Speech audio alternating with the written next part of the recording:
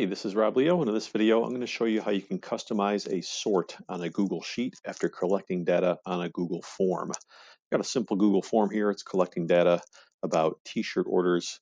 The data I collected was last name, first name. Would you like a t-shirt? Yes or no? When you look at the response page, of course, you can see the summary. You can see question by question or individual. I'm more interested in the spreadsheet.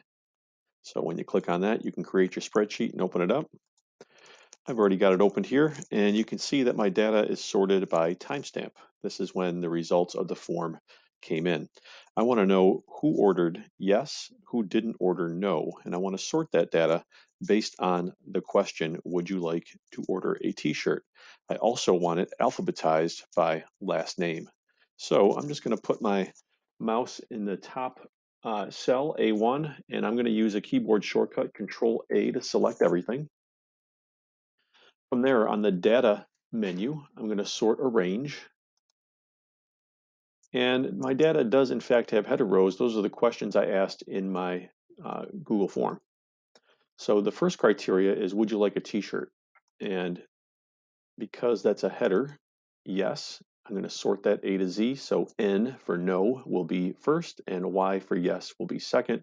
But I also want to add another sort column. And this time I want to sort by last name. So my list will be alphabetized.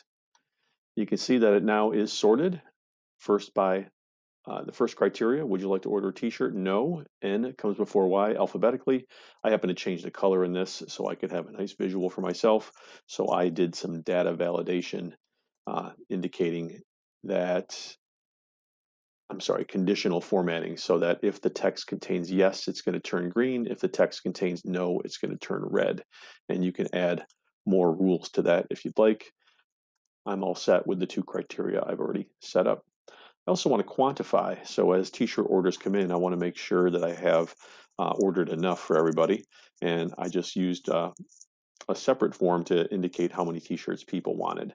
And then I could do a sum function at the end to quantify all of my yes numbers.